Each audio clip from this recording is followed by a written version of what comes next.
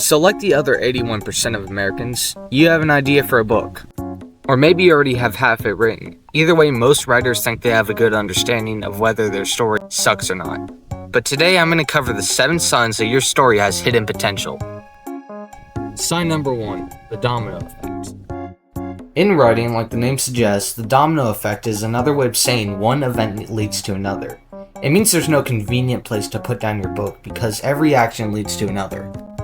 This always makes your story incredibly engaging, and always has the reader asking, what's next? It makes it to where every action and decision doesn't feel meaningless, and it's honestly something I struggle to do in my own book. Whether it's the plot of your book or the writing, if you use this technique, I promise your book will have solid engagement.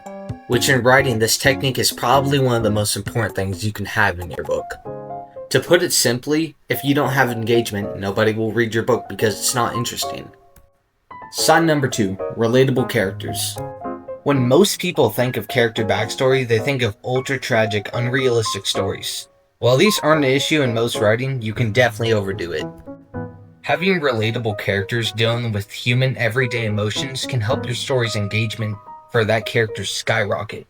Even for less important characters or antagonists, having a relatable character with a human backstory will always make that character feel more real. So I can say with confidence, if your characters are relatable, you'd be surprised at how fast people get attached to them. Sign number 3, writing critique. While a lot of harsh criticism can vary on the impact it has on the author, a lot of people take this as my entire story sucks. Which I need to make it clear that story and writing style are 2 very different things. Harsh criticism on your writing style can easily be changed if you know that writing is a skill that takes a lot of time to learn. Learning how to write is a foundation that takes time. When writing a book, you need to let yourself write bad, because you need to remember even big authors call their first drafts trash. Sign number 4, improvement.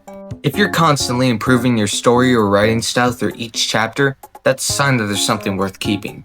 While this might have complications like the need for rewrites, you're self-equipping yourself to write better each chapter. This is something you can see a lot through if you read my book. Since it's unedited, I have human mistakes and you can tell my writing skills improve. If you have a difference in scale on later chapters, that's not an issue at all, and it's completely a part of the process. Sign 4, writing emotion. If you, the author, feel emotion when writing or get attached to your characters, that's a sign that you're creating a rich and impactful scene. This can vary for a lot of writers, but creating scenes personal to you, or if they're already in the book, will create impactful emotion. Even if you don't, this can be improved with simple practice or asking yourself, what do humans find tragic? Sign number 5, strong conflict. Strong conflict is one of the most important aspects of the story. Even if your writing style is foggy, or you're not on the same level as authors like Brandon Sanderson, having a strong conflict drives your scenes and story into whatever you choose. That's really the beauty in storytelling. While you need a problem to have a story, that doesn't mean you can't have downtime moments between characters. But as someone who's overused that, there's a fine line of a safe amount of downtimes versus an amount that floods your story.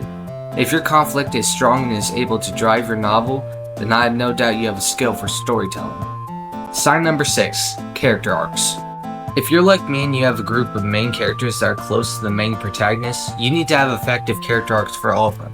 Having a cliche in a character isn't necessarily bad as long as you don't overuse it, and you answer the question, why do they act like this? Memories and experiences are what make up personality. So while that doesn't mean detail out every single memory, if you have a good understanding of what made your character and what gets them to tick, your story will be more interesting to read. Additionally, if your characters change behavior because of their experiences, that's another sign you have a strong conflict. Sign number 7, effective pacing and voice. Pacing is also incredibly important. If your story has a sweet spot of fastness but gives each moment of time to breathe, congratulations, you have effective pacing. As someone who writes fight scenes like anime battles, it's hard for me to have good pacing, and it's absolutely fine if some chapters just don't. Most people go through self-edits and hand it off to professionals. Also, voice is really important. If you have a unique and engaging voice, you can hook your readers. People will fall in love with your own unique writing voice. Before you even write a book, find out your writing voice, whether that means writing a short story or doing writing exercises. Having a strong voice will make sure that readers read your book for your writing. If you made it this far, thanks for watching. New shorts are coming out soon, and I promise I won't quit YouTube again.